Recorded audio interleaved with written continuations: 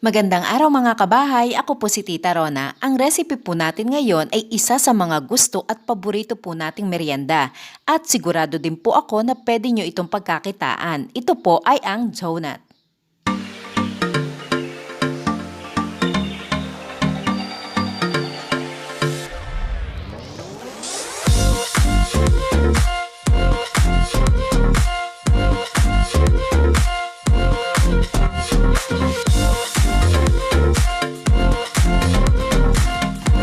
Ito po ang mga kailangan nating sangkap. Unahin po natin pagsamahin ang mga dry ingredients, ang flour, powdered milk, salt, at instant dry yeast. Haluin lang po muna natin para magsama-sama po silang lahat. Milk Boy po ang gamit ko na powdered milk. Nabibili po ito sa palengke na per kilo. At pagkatapos maglagay po tayo ng pagitan sa gitna at ilagay natin ang sugar at water. Haluin lang po natin hanggang matunaw ang asukal. Kaya po natin ginagawa ito para hindi po magaspang yung ating dough kapag minamasa. Kailangan tunawin muna natin yung asukal para hindi maging magaspang yung masa natin. At pagkatapos ilagay na po natin yung ating shortening o kaya naman ay lard. Mura lang po ito, yung nabibili po sa mga palengke na per kilo, yun po ang gamit ko. Haluin lang po natin ito hanggang sa mabuo ang ating masa. Kapag nabuo na yung ating masa, ire-rest lang po natin ito ng mga 10 minuto. After 10 minutes, mamasahin na po natin ang ating dough. Kita nyo po, hindi na masyadong dumidikit sa mga daliri ko ang ating dough. Maglagay lang po tayo ng konting flour sa table at simulan na natin masahin. Pakonti-konti lang po ang lagay ng flour hanggat maaari po hanggang 1/4 cup lang ng flour ang magagamit nyo habang nagmamasa. Ito po ay para lang wag dumikit sa mga kamay natin ang dough. Kaya ako po nirest ng 10 minutes yung dough natin bago masahin ay para po mabigyan ng time na ma-absorb muna ng flour yung liquid na nilagay natin. At ang epekto po nun ay para hindi po masyadong madikit o malagkit sa mga kamay natin ang dough habang minamasa.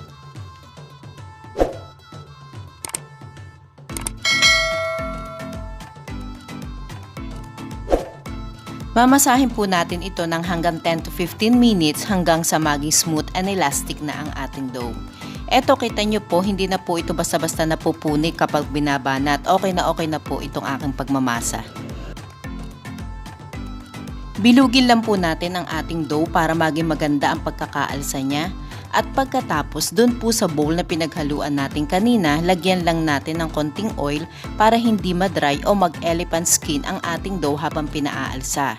Takloban po natin at i-rest lang po natin ito ng hanggang 40 minutes.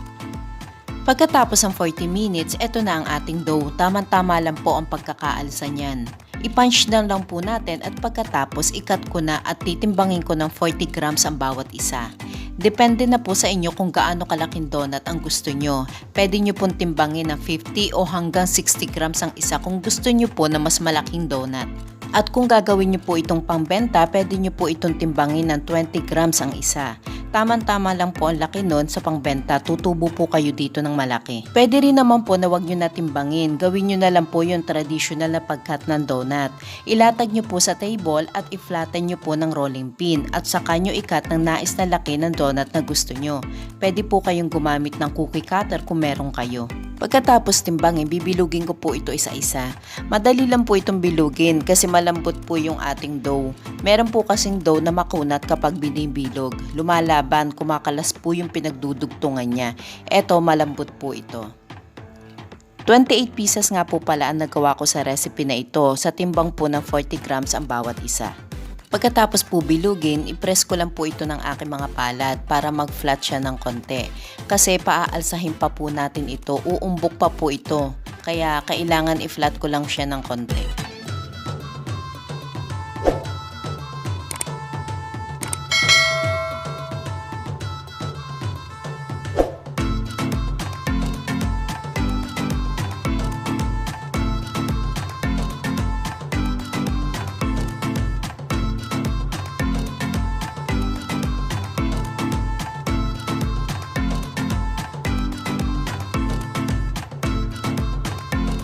Pagkatapos po natin mabilog lahat, takluban po natin at i-rest lang po natin ng 30 to 40 minutes.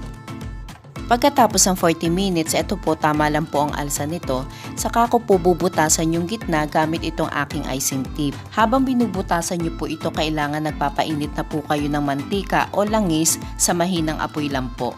Kung 20 grams lang po ang timbang na gagawin nyo katulad ng sinabi ko kanina na ipangbebenta nyo, huwag nyo na po gamitan ng pambutas sa gitna kasi mababawasan pa. Ang gawin nyo po, yung mismong daliri nyo po ang ipambutas nyo sa gitna ng dough, pwede naman po yun. Ito po maliliit na ito, yung pinagtanggalan sa gitna, yan po yung gustong-gustong kainin ng anak ko. Yan po yung talaga yung unang nauubos kapag nagluluto ako nito. Gustong-gusto nila yung maliliit na bilog na yan. Pagkatapos po natin mabutasan lahat, pwede na po natin ito i-fry. Mahinang apoy lang po dapat mga kabahay para po hindi masunog yung ating donut. Napakadali lang po nitong maluto. Basta nag golden brown na po yan, luto na po yan.